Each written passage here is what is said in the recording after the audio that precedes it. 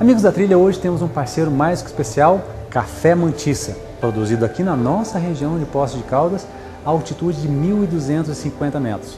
Assim, eu quero agradecer a esse parceiro, o Café Mantissa, por estar junto com a gente a partir de hoje, e no próximo programa vão ter a dica no quadro Na Trilha do Café. Fique atento, Café Mantissa. Em 5 segundos, começa o programa Na Trilha do Vinho. Um oferecimento Café Mantissa, um café naturalmente doce.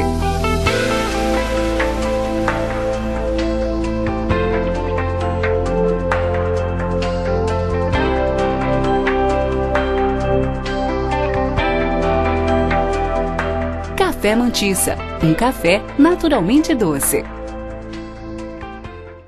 Muito boa noite, amigos da trilha. Estamos começando mais um programa Na Trilha do Vinho. Hoje eu estou tendo a honra de receber meu amigo sommelier da importadora Enovini, Eduardo Paes, que vai falar para a gente um pouquinho dos vinhos Hardy's, uns vinhos australianos espetaculares. E no quadro Na Trilha do Chefe, nós vamos receber mais uma vez o mestre churrasqueiro Felipão. Ele inaugurou o restaurante Vaca na Grelha aqui em Poços de Caldas, na rua Rio de Janeiro, número 450. Se eu fosse você, não saia daí, porque o programa está muito espetacular. Na Trilha do Vinho, brinde esta aventura.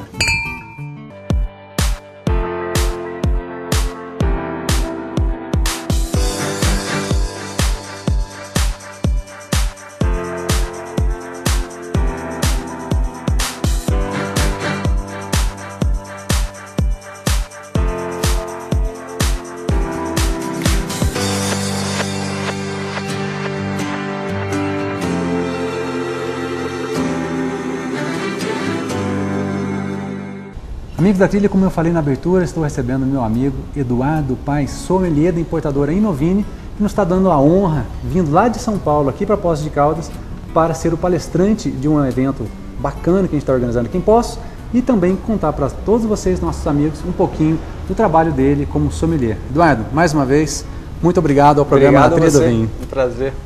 Volte sempre a Poços de Caldas, porque só olha o frio que está aqui, uma cidade né? gostosa, né? Curti. Bom para tomar bastante vinho. Muito bom. Bacana. Olha só, vamos contar um pouco, vamos apresentar o Eduardo para quem está lá em casa. Sommelier, como é que você começou no mundo do vinho? Fala um pouquinho da importadora, fica com a palavra. Vamos lá, tentando encurtar uma história que é longa, eu sou advogado, eu me formei em Direito na PUC em 1994. Advoguei até o ano 2000, aí no ano 2000 eu decidi que tinha que ser feliz. Eu estava cansado de advogar e resolvi trabalhar com alguma coisa que eu realmente gostava, que era a minha paixão, que é o vinho, era e é o vinho.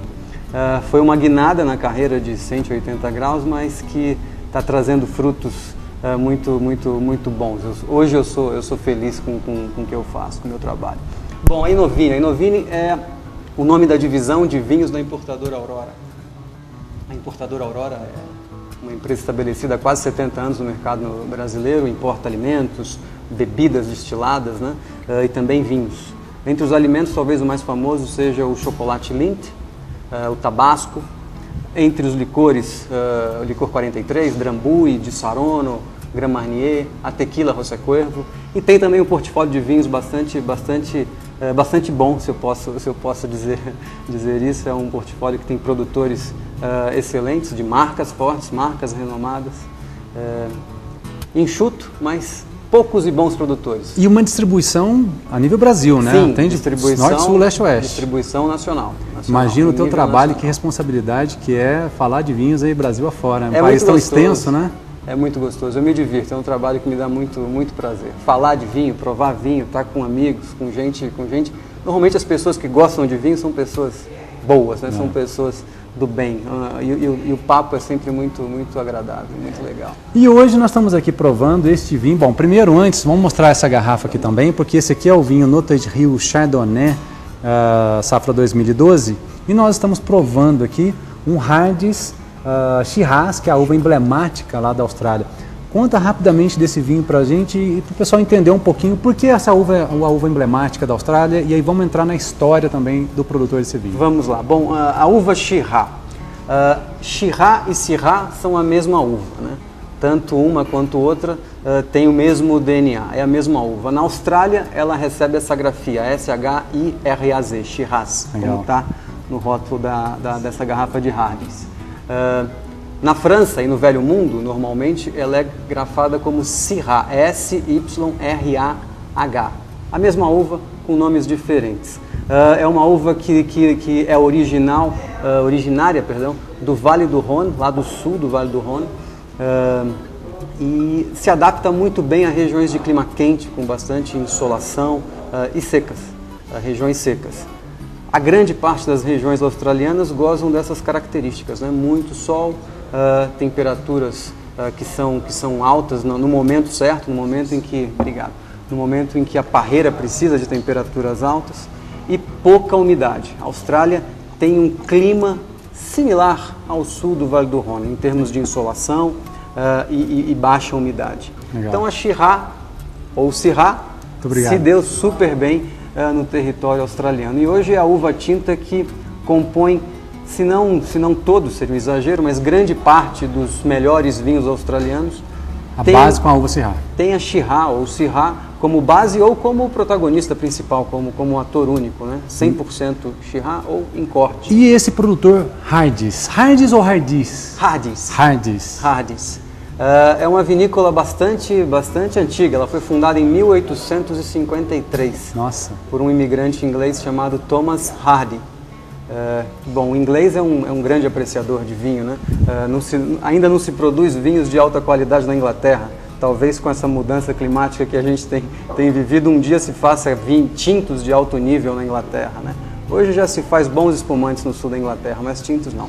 E o inglês é um bebedor de vinho contumaz, apaixonado por vinho. A gente pode dar graças aos ingleses pelo vinho do Porto existir, pelos vinhos de Bordeaux terem atingido uma fama internacional, né? Foram os ingleses, foi o mercado inglês que puxou e que de alguma maneira criou esses vinhos. E bom, Thomas Hardy, um imigrante inglês, chega na Austrália, um país de clima super favorável à videira, e une um sonho, une uma paixão a um negócio, né? E é assim que surge a Hardys, em 1853. 1853. Nesse slide que a gente está vendo, tem uma foto daquele que é considerado o pai da vitivinicultura australiana, né? O James Busby. Foi ele que mais ou menos no final do século XVIII plantou as primeiras videiras na Austrália. O James Busby, aquele da foto ali. Bacana. E de fato a viticultura australiana tem um boom, tem o primeiro grande boom em torno de 1820, 1840. A Hardys é fundada em 1853. Então, 50 anos depois da primeira posterior a esse primeiro processo que iniciou. E esse senhor, quem é ele? Esse é o Thomas Hardy, é o famoso Thomas Hardy, o inglês que sonhou produzir bons vinhos na Austrália e produzir vinhos que pudessem competir com os melhores brancos e tintos do mundo. Legal. Ele conseguiu. Aí está um pouquinho da história da Hardys, foi fundada em 1853 pelo Thomas, é uma das marcas mais antigas da Austrália. Mais ou menos, existe uma conta que diz que mais ou menos 2 milhões de taças de vinhos Hardy são bebidas por dia. Nossa em todos os países que importam, né, que consomem Hardys. É uma vinícola grande. Eu imaginei. Uma boutique, é uma grande vinícola que produz vinhos desde a base, desde os vinhos do dia a dia até vinhos espetaculares, de preços super altos e qualidade. E várias linhas também, né? Várias linhas de vinho. São várias linhas de vinho. É a segunda marca? É a segunda marca de vinhos mais forte do mundo. Esse dado é de 2009. Nessa pesquisa que foi feita em 2009 pela Intangible Business, que é uma empresa que faz essas pesquisas, né, essas auditorias de força de marca, de presença de marca, se constatou que a Hardys é a segunda marca de vinhos mais forte do mundo, em 2009. Enfim, é de fato uma das marcas de vinho mais fortes do mundo, seja a segunda, seja a terceira, seja a quinta, ou a primeira um dia, é uma das marcas mais fortes do mundo. Fala um pouquinho então agora da linha dos vinhos da Hardys. A linha, essa pirâmide que a gente está vendo na tela, tem essencialmente a construção da arquitetura de marcas da Hardys, né? O que a gente importa para o Brasil são aquelas marcas que estão marcadas em vermelho. A Stamp of Australia é a linha básica, a linha de consumo cotidiano e de maior volume. A linha Nottage Hill é uma linha intermediária, exatamente essa linha. Esse que a gente está tomando aqui agora. Esses vinhos que a gente está provando aqui hoje. Já são vinhos mais elaborados, com maior concentração de fruta, com uma marca mais nítida e mais clara da presença do carvalho. Então a linha Nottage Hill está marcada e está posicionada ali no meio da pirâmide dos vinhos da Hardy's. Uma outra linha que a gente importa é aquela chamada HRB, que significa Heritage Reserve Bean. É como, numa tradução livre, né, a reserva hereditária. Por que a reserva hereditária? Porque esses vinhos são feitos seguindo uma técnica que o Thomas Hardy começou a usar lá pelos idos de 1860, 1870, que é misturar, hoje isso é bastante comum, mas misturar uvas de regiões diferentes para, através da mistura dessas uvas de regiões diferentes, fazer um vinho mais complexo do que seria o vinho feito simplesmente com uvas do mesmo local. Entendi. Então a linha HRB tem esse espírito, mistura uvas, a mesma uva, o mesmo tipo de uva, um Shiraz e um Riesling de regiões diferentes. O Shiraz vem de McLaren Vale e de Adelaide Hills. E o Riesling que a gente traz vem da Tasmânia, uva da Tasmânia com uva de Clare Vale.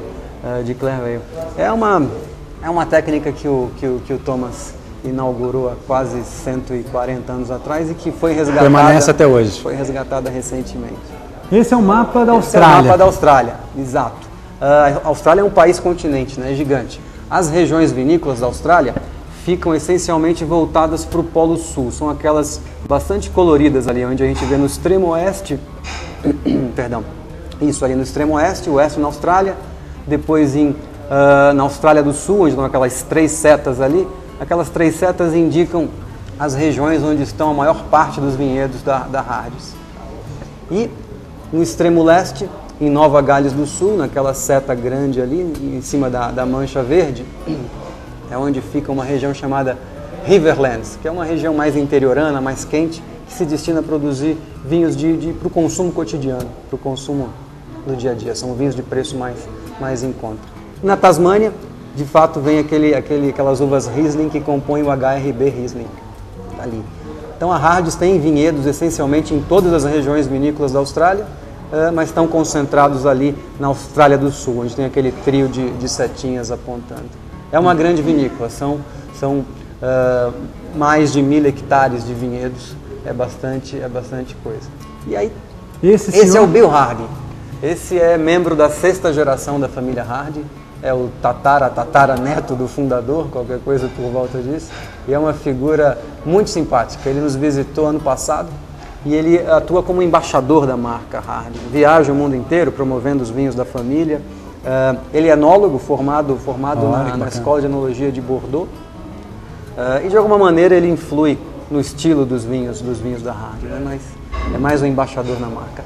Esse é o enólogo-chefe, é o cidadão, é a pessoa que de fato está a cargo tecnicamente da produção dos vinhos da Hardy, o Paul Lapsley. E ali tem uma frase que eu gosto muito de mencionar quando falo de vinhos Hardy's. É uma frase do próprio Paul, né? Por isso que está entre parênteses. Ele diz o seguinte: nós não produzimos vinhos ultrapotentes. A elegância é o ponto-chave. O equilíbrio harmônico de sabores, taninos, álcool, fruta é essencial e é o mantra enológico da empresa, da vinícola Hardy's.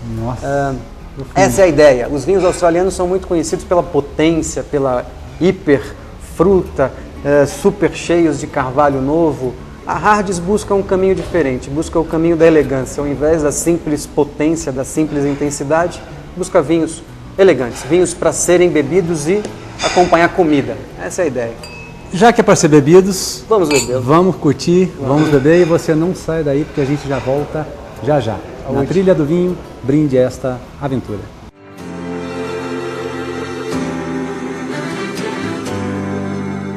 Café Fazenda Mantiça, State Coffee, cultivado acima de 1.250 metros de altitude. Um café 100% arábica, de grãos selecionados, com uma bebida única, sabor e retrogosto incomparáveis. Um café naturalmente doce. Visite nosso site www.fazendamantiça.com.br.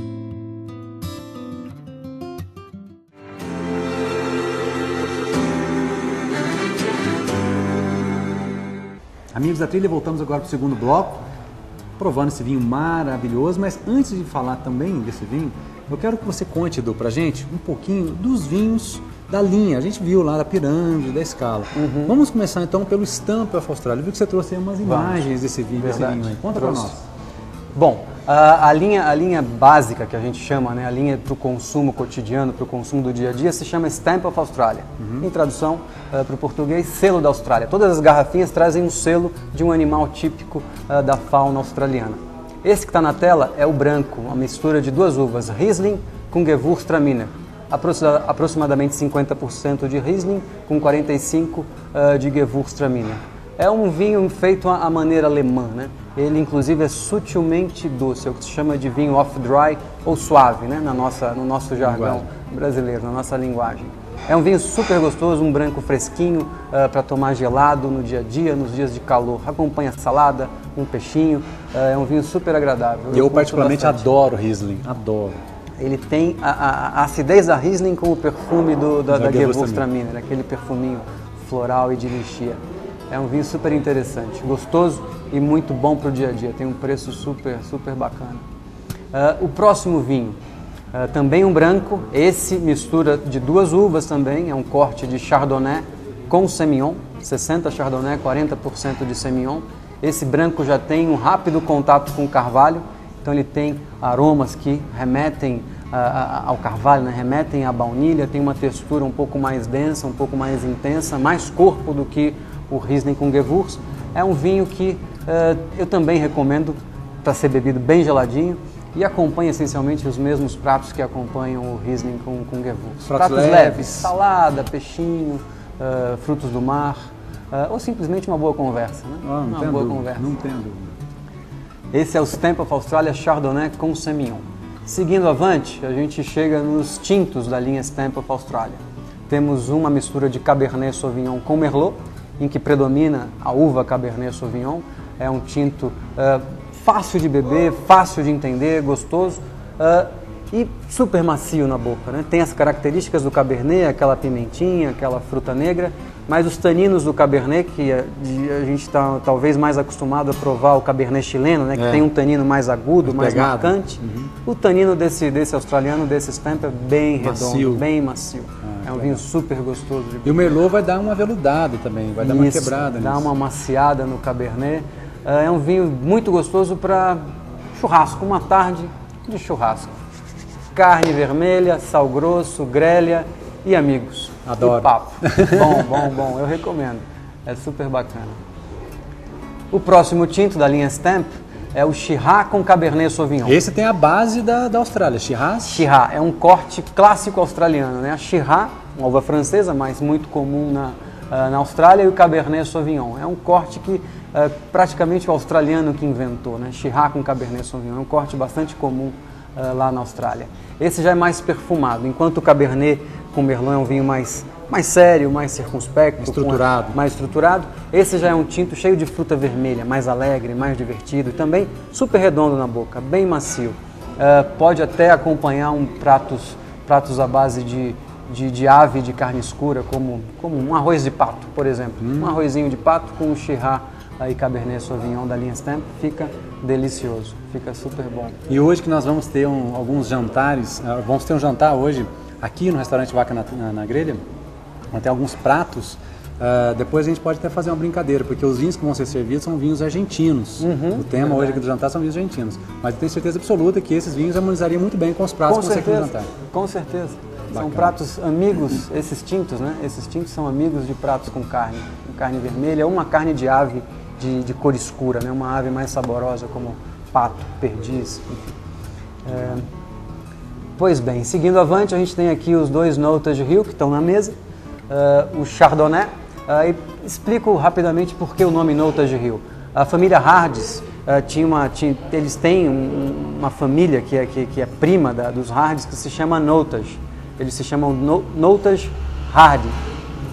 E um desses Notas Hardy foi viticultor durante quase 50 anos da empresa Hardes, era responsável pelos vinhedos. E quando ele se aposentou, os Hardes, os donos da vinícola, resolveram batizar uma linha de vinhos em homenagem ao primo Notas. e assim surgiu essa Por isso linha o nome. Notas de Rio. Exatamente. Esse é o Chardonnay, um vinho 100% Chardonnay, um Chardonnay típico do Novo Mundo, né? Bastante frutado, esses aromas de fruta cítrica e fruta amarela bem madura, né? Abacaxi maduro, manga, tem um quê de maçã bastante madura, de maçã cozida. E é um vinho que amadurece em contato com o carvalho, amadurece em tonéis de carvalho. Isso diminui um pouquinho a acidez do vinho. O carvalho arredonda a textura do vinho, né? Um vinho com bastante acidez, um vinho branco com bastante acidez, quando estagia na barrica, em contato com as próprias leveduras, com as próprias borras, ele ganha uma textura mais macia, mais redonda. E a acidez fica, digamos assim, polida pelo estágio em carvalho e, claro, pela microoxigenação que o carvalho permite que o vinho tenha dentro da barrica. Né? Entendi. Aí a acidez, a textura do ácido fica mais amena, fica mais E aí, nesse redonda. caso, ele pode também ser servido sozinho, mas ele também já vai pedir um prato. Sim, esse Notas de Rio Chardonnay eu já recomendo com pratos mais saborosos. Chega uma massa de molho leve? Sim, imagine um espaguete com frutos do mar, ou uma massa 4 queijos, uma Legal. pizza 4 queijos. Legal, bacana. Eu gosto muito de queijo com vinho branco. Eu também. Nossa, mineiros aqui então nem se fala. Imagina, né? Queijinho mineiro com vinho branco, não tem coisa melhor. Esse Chardonnay especificamente, seria muito gostoso de bebê-lo sozinho, mas com certeza com comida ele ia ganhar uma outra grandeza, com certeza. Vai Legal. muito bem. E o próximo tinto é o Shiraz, que a gente está degustando aqui agora, 100% Shiraz, da mesma linha Notas de Rio, e também um vinho que tem amadurecimento em contato com carvalho. Você percebeu, é um vinho cheio, é um Shiraz cheio de cor, como costumam ser os Shirazes australianos, com uma cor super intensa, um vermelhão quase púrpura, né? Aromaticamente, como a maioria dos vinhos australianos, tem aromas muito límpidos, muito nítidos. Nesse vinho eu sinto essencialmente os aromas de fruta negra e de especiaria, uma ameixa negra, um cassis, especiaria como pimentinha negra ralada, algo de cravo, de canela. É um vinho super gostoso. E também um vinho para carne, né? Eu gosto muito de tinto com carnes vermelhas e com pratos intensos, ou até um prato com fungos, né? Com fungo, com um caldo de fungo, aquele caldo escuro, um risoto que aproveite o caldo do fungo no cozimento. Ia ficar interessante com esse Shiraz. E acima dele, então, vamos falar daqueles dois vinhos ícones que eu tenho certeza Isso. que o pessoal está curioso também para saber. Vamos falar dos dois HRBs. Esse é o primeiro, é o HRB Riesling. A gente tem a safra 2010 e 2011 em estoque. E é aquele vinho que eu falei para vocês, que usa uma técnica que foi criada pelo Thomas Hardy há mais ou menos uns 130 anos atrás, que é misturar uvas de regiões diferentes. O HRB Riesling usa uva Riesling, a mesma uva, da região de Clare Valley e também da Tasmânia, daquela ilha bem ao sul, clima bastante frio. Então Legal. junta um Riesling de clima mais ameno, mais quente, com um Riesling de um clima bastante frio. Então um Riesling com alta acidez e mineralidade, com o Riesling do continente, uma região mais quente, que tem uma fruta mais madura, uma fruta cítrica mais madura, mais redonda. E forma esse belo vinho branco que costuma ser super bem pontuado pelo crítico australiano chamado James Halliday, aquela siglazinha ali, o JH95, significa James Halliday 95 pontos. Esse vinho recebeu 95 pontos do crítico australiano, e também ganhou uma medalha de ouro no concurso inglês Decanter World Wine Awards de 2011. É um grande branco que acompanha muito bem. Eu gosto de brancos como esse, acidinhos e frescos, com frutos do mar in natura. Pode ser aquele festival da comida japonesa, os sushis e sashimis que levem peixes, que levem ova, que levem polvo, ou uma ostra crua. Uma dúzia de ostras cruas, um meio limão e algumas taças desse Riesling iam me deixar alucinado. E o tinto? Gosto muito. O tinto é o Shiraz. O Shiraz, que também vem de duas regiões, a safra 2007, usa uvas Shiraz de Clare Valley e de Adelaide Hills. Adelaide um pouco mais fria do que Clare Valley.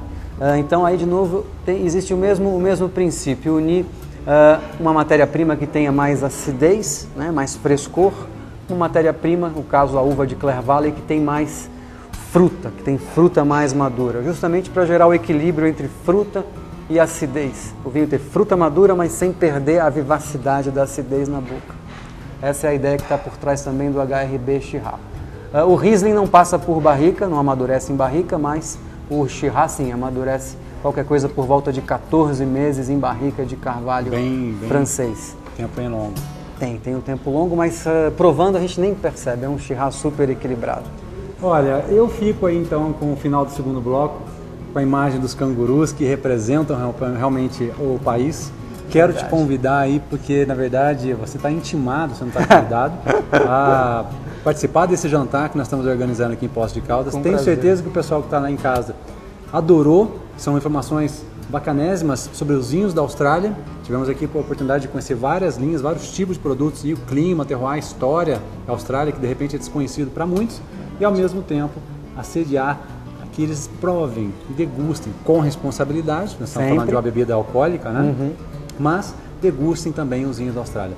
Por enquanto, muito obrigado. Fique aí para a gente ver como é que ficou o jantar. Vou ficar aqui no restaurante Vaca na Grelha. Com prazer. Na Trilha do Vinho, brinde esta aventura. Saúde. Valeu, obrigado. Fábio.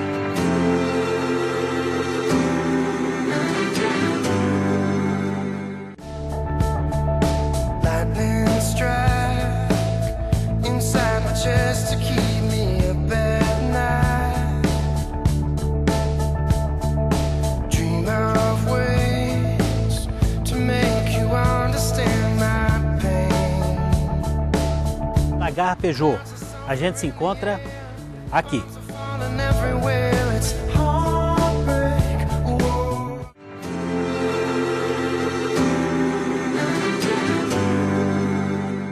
Amigos da trilha, agora chegou aquele momento, o quadro Na Trilha do Chefe. E hoje, mais do que especial, nesse jantar maravilhoso, aqui no restaurante Vaca na Grelha, quero conversar com meu amigo, o mestre churrasqueiro Felipão, que está voltando para o nosso programa. Felipão, mais uma vez, seja bem-vindo ao programa Na Trilha do Vinho, meu irmão. O prazer é todo meu, sempre. Pô, aquela vez, com o entrevistado Daniel Laia, você preparou um carré de cordeiro, né? Isso, exatamente. Que é um corte assim, que eu reputo como uma iguaria, um dos melhores cortes que tem na minha opinião, e que eu tive o prazer de preparar lá na sua casa o carré de cordeiro. O Daniel experimentou e adorou. Foi com uma manteiga de ervas que eu fiz na época.